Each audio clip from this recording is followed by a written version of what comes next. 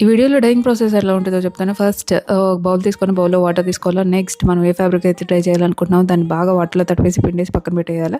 And next వేరే bowl తీసుకొని దానికి మనం ఏ కలర్ అయితే డై చేయాలనుకున్నామో ఆ కలర్ తీసుకొని కొన్ని వాటర్ పోయాలి. అలాంగ్ విత్ అట్లా స్పూన్ అయితే పట్టకూడదు. సింథటిక్ ఫ్యాబ్రిక్స్ అయితే వెనిగర్ యూజ్ చేయాలి.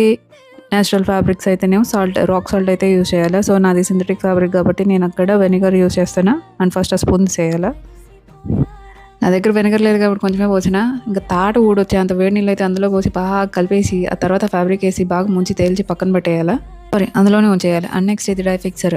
మనం వేసిన ఫ్యాబ్రిక్కి డై ఏదైతే ఉందో దాన్ని ఫిక్స్ చేయడానికి అనమాట. దీన్ని ఒక బౌల్లో తీసుకొని వాటర్ యాడ్ చేసి మనం ఏదైతే డై చేసామో దాన్ని వేసి ఇందులో ఒక 5 to 6 minutes అయితే ఉంచాలి. బాగా పిండేసి దీన్ని ఎండలో బాగా ఎండబెట్టేయాలి. రిజల్ట్ అయితే మహా అద్భుతంగా వస్తుందని మీరు అనుకుంటున్నారు కదా, నేను కూడా అట్లానే అనుకున్నాను. కానీ చూడండి, ఈ రిజల్ట్ చూసేసరికి నా గుడ్లు ఎలాకొచ్చినాయి. ప్లస్ బోనస్‌గా ప్యాచులు ఒకటి. నేను చేసిన ప్రాసెస్ కరెక్ట్‌గానే చేశా గానీ ఇదే రాలా. తప్పైతే నాది కాదు బ్రో. దీన్ని బట్టి ఇంట్లో డై చేసుకునే కంటే రూ. 50 ఇచ్చి బయట డై చేసుకోవటం better. Cloth plus money 2 save అయితాయి.